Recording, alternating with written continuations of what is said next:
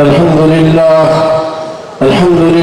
وحده والصلاة والسلام على من لا نبي بعده أما بعد فأعوذ بالله من الشيطان الرجيم بسم الله الرحمن الرحيم اليوم أكملت لكم دينكم وأتممت عليكم نعمتي ورضيت لكم الإسلام دينا کہ محمد سے وفاتوں نے تو ہم تیرے ہیں، یہ جہاں چیز ہے کیا لوح و قلم تیرے ہیں۔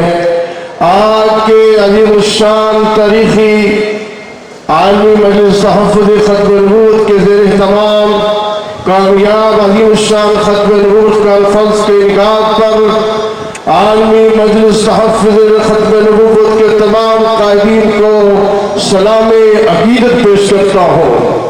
میرے بھائیوں، عقیدہ ختم نبوت یہ ایک حساس مسئلہ ہے، جس کا عقیدہ ختم نبوت پر نظریہ نہیں، جو عقیدہ ختم نبوت کو نہیں مانتا اس کی عقیدہ توحید کی کوئی حیثیت نہیں، جو عقیدہ ختم نبوت کو نہیں مانتا اس کی نماز کی کوئی حیثیت نہیں، اس کی پگڑی کی کوئی حیثیت نہیں، اس کی داڑھی کی کوئی حیثیت نہیں، اس کی زکوٰۃ کی کوئی حیثیت نہیں، اس کے روزے کی کوئی حیثیت نہیں۔ میں کیوں کر عالمی مجلس تحفظ ختم نبوت کو خراج تحسین پیش نہیں کروں گا؟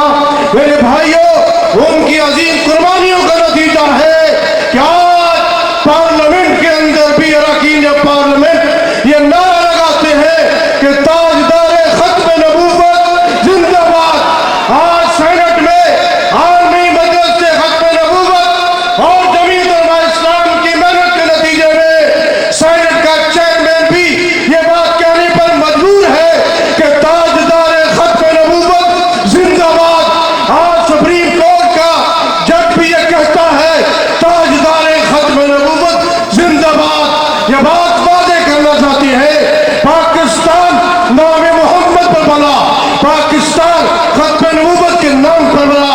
انشاءاللہ ختم نبوت کی برکت سے پاکستان محفوظ رہے گا۔ جب تک زندگی ہے یہ نعرہ لگتا رہے گا، چاروں اطراف میں یہ نعرہ لگے گا تاجدار ختم نبوت زندہ باد۔ پرچم ختم نبوت کو بلند کرتے رہیں گے۔ یہ محمد کے غلاموں کا ملک ہے، یہ دیوانوں کا ملک ہے، یہ عاشقان مصطفیٰ کا ملک ہے۔ پر یہی کہوں گا کہ کوئی دستور مکمل نہ ہے، کوئی نظم درست، تیرے لائے ہوئے ایک آئین ایک شریعت کے بغیر دین ہی میں کوئی لذت ہے نہ ہے دنیا میں لطف، اے غم عشق نبی تیری رفاقت کے بغیر۔ بہت شکریہ، وما علینا۔